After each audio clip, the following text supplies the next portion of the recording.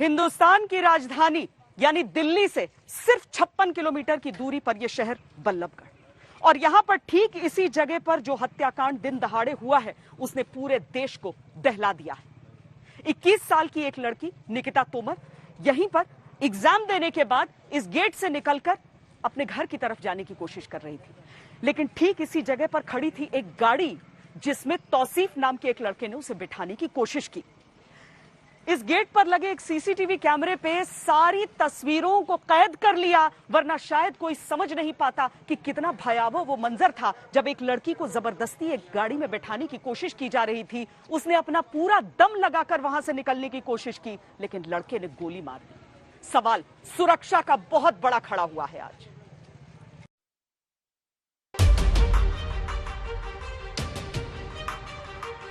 दिल्ली के पास दिन दहाड़े गोलीकांड। एनसीआर में एक बेटी की गोली मारकर हत्या। फरीदाबाद के बल्लभगढ़ में बीच सड़क पर मारी गोली। अपहरण करने में नाकाम तो कर दिया गोलीकांड। देश की रूह कंपा देने वाली यह तस्वीर आई है दिल्ली से महज 56 किलोमीटर दूर बल्लभगढ़ से। इस सीसीटीवी फुटेज में आप देख सकते हैं कि कैसे एक लड़की को जबरन अगवा करने की कोशिश हो रही है, उसको जबरन कार में बैठाने की कोशिश हो रही है। वो लड़की भाग रही है, अपनी आत्मरक्षा के सारे जतन कर रही है, लेकिन बदमाश ने उसको पकड़ा और बिल्कुल करीब से गोली दाग दी। ये कल 4 बजे के आसपास का मामला है। अग्रवाल कॉलेज बल्लभगढ़ में है। तो वहाँ से बीकॉम की एक छात्रा हैं सुश्री, अब तो स्वर्गीय निकिता तोमर जी हैं, तो वो अपना परीक्षा दे के बाहर निकल रही थी। तो 2 युवक कार पर आए, उन्हें कार में डालने की कोशिश करी, अपहरण करने की कोशिश की। उन्होंने विरोध किया उसका, इतने में उनको गोली मार दी। सोमवार शाम 4 बजे का ये सीसीटीवी वीडियो बल्लभगढ़ के अग्रवाल कॉलेज का है।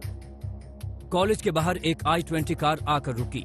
उसी समय निकिता तोमर नाम की लड़की बीकॉम का पेपर देकर बाहर निकली थी। कार से तौसीफ नाम का एक बदमाश उतरा और निकिता को खींचने लगा। उसे जबरन अपनी गाड़ी में बैठाने की कोशिश करने लगा। लड़की विरोध कर रही थी और जोर जोर से चिल्ला रही थी। अपने बचाव के लिए निकिता एक लड़की के पीछे जाकर जैसे ही छुपी, उस बदमाश ने पिस्तौल निकाल ली।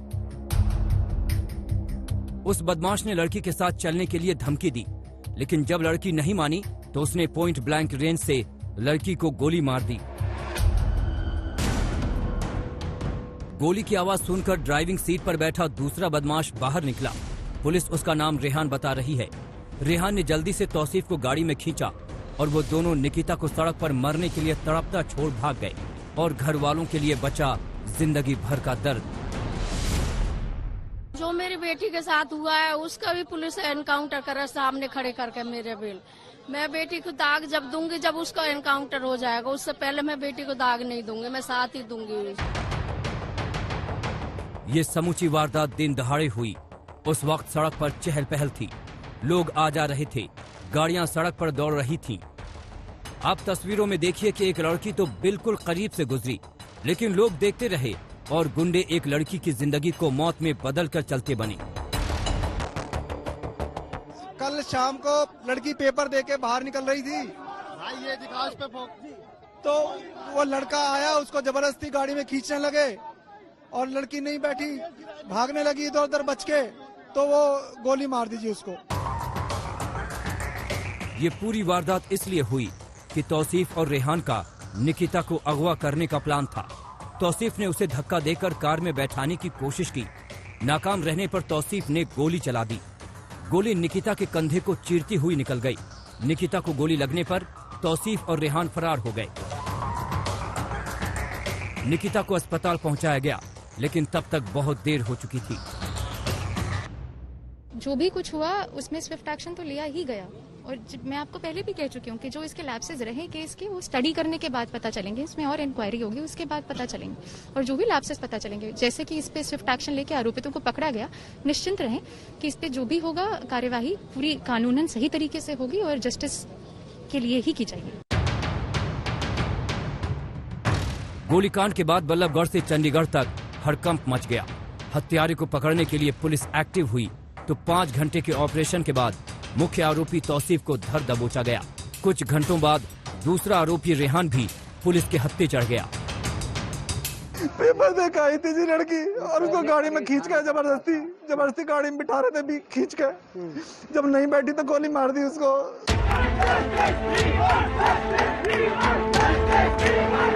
इस हत्याकांड के बाद परिवार वालों का गुस्सा फूट पड़ा। वहीं दिन दहाड़े हुई इस वारदात पर लोगों का आक्रोश भी सामने आया। गुस्साए परिवार ने फरीदाबाद मथुरा सड़क को जाम कर दिया।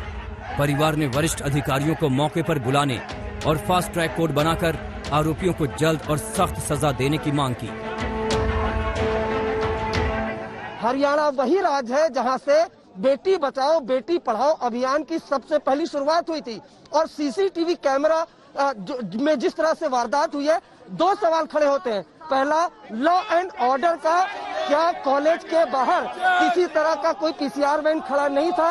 दूसरा, क्राउडेड एरिया है, वहां पर भीड़ थी, वारदात होते देख रही थी, कोई भी अगर एक शोर मचाता तो बदमाशों के हौसले इतने बुलंद नहीं होते और इस तरह की वारदात नहीं होती। प्रशासन ने परिवार से बात की, जिसके बाद परिवार निकिता के अंतिम संस्कार के लिए राजी हुआ और हाईवे को फिर से चालू कराया गया। बड़ा सवाल ये है कि आखिर कोई कैसे दिन दहाड़े लड़की को उठाने की जुर्रत कर सकता है, वो भी सरेआम बीच बाजार। क्या पुलिस का डर नहीं रह गया है?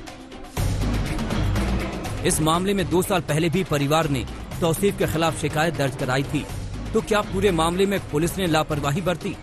क्या 2 साल पहले अगर पुलिस ने सख्ती दिखाई होती तो निकिता अभी जिंदा होती? सचिन गौड़ के साथ अरविंद ओझा, बल्लभगढ़ आज तक। निकिता के परिवार वालों ने अब खुलकर बोलना शुरू किया है और उन्होंने साफ साफ एक बात सामने रखी है। उनके अनुसार 2015 से ही ये जो लड़का था वो परेशान कर रहा था निकिता को, उसके पीछे पड़ा हुआ था। एक बार ये मामला सामने भी आया था पुलिस के, लेकिन जो तौसीफ के परिवार वाले हैं, निकिता के परिवार वालों ने बताया कि किस तरीके से वो सारे लोग रसूख वाले हैं, उनमें से कुछ मंत्री रह चुके हैं, विधायक हैं, और इस तरह का दबाव बनाया गया कि मामले को रफा दफा कर दिया गया। लेकिन इस बार वो किसी भी तरीके से झुकने को तैयार नहीं है। उन्हें न्याय चाहिए, इंसाफ चाहिए।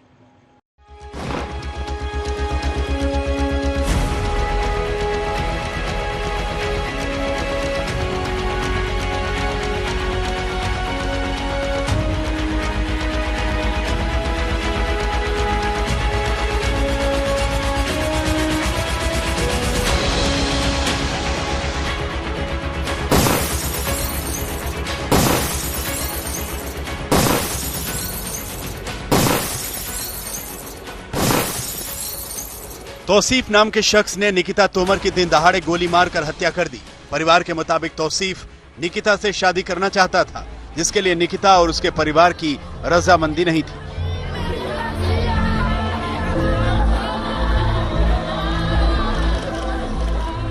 दो साल पहले 2018 में तौसीफ ने निकिता को अगवा कर लिया था। परिवार ने पुलिस में केस दर्ज कराया था, जिसके बाद तौसीफ को गिरफ्तार कर निकिता को छुड़ा लिया गया था। लेकिन परिवार ने समझौता कर लिया, जिसके बाद मामला रफा दफा हो गया। तो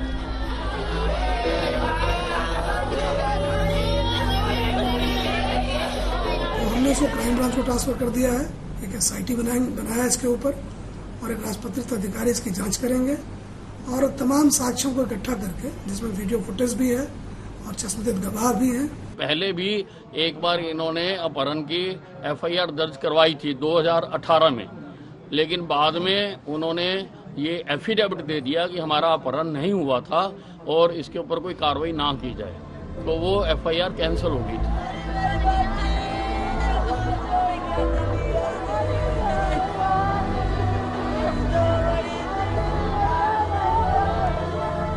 परिवार का कहना है कि यह समझौता तौसीफ के परिवार के राजनीतिक रसूख की वजह से करना पड़ा था।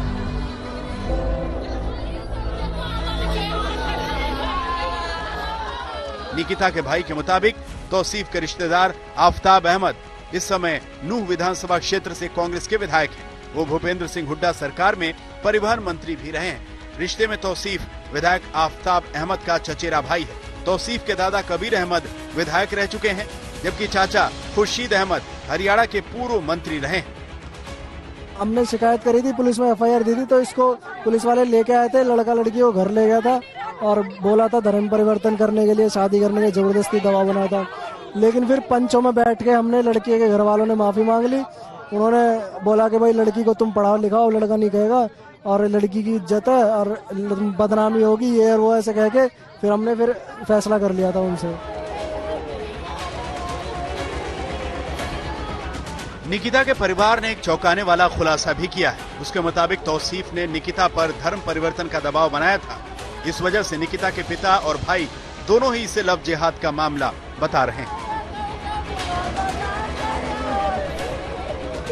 लव जिहाद का ही लगता है, क्योंकि कोई हिंदू लड़की मुस्लिम से शादी करेगी नहीं और जबरदस्ती उससे करवाओगे, कहोगे धर्म परिवर्तन के लिए बोलोगे तो लव जिहाद ही होगी। लगातार उस पर प्रेशर डाल रहा था, शादी करो, धर्म बदल लो। धर्म बदलने की बात कर रहा था वो जी। जैसे ही वो कॉलेज से बाहर निकलती है, तुरंत वो उसको पकड़ के जबरदस्ती करता है, गाड़ी में बिठाने के लिए गन पॉइंट पे। वो उससे शादी करने के लिए कह रहा था, दबाव डाल रहा था। धर्म परिवर्तन लव जिहाद का मामला है सर ये। फिलहाल पुलिस ने एफआईआर में धर्म परिवर्तन के दबाव की धारा दर्ज नहीं की है, लेकिन पुलिस ने भरोसा दिया है कि उसे आगे दर्ज कर लिया जाएगा। इस बीच पुलिस ने तौसीफ और रेहान को कोर्ट में पेश कर 2 दिन की रिमांड ले ली है।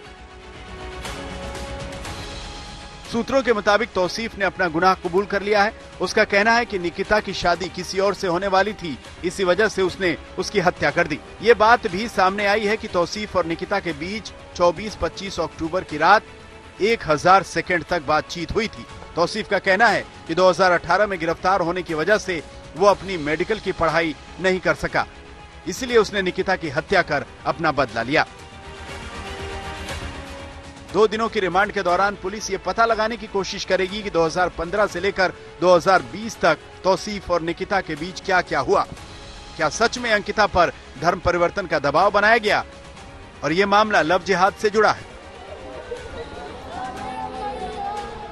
तंसीम हैदर और सचिन गौड़ के साथ अरविंद ओझा, बल्लभगढ़, आज तक।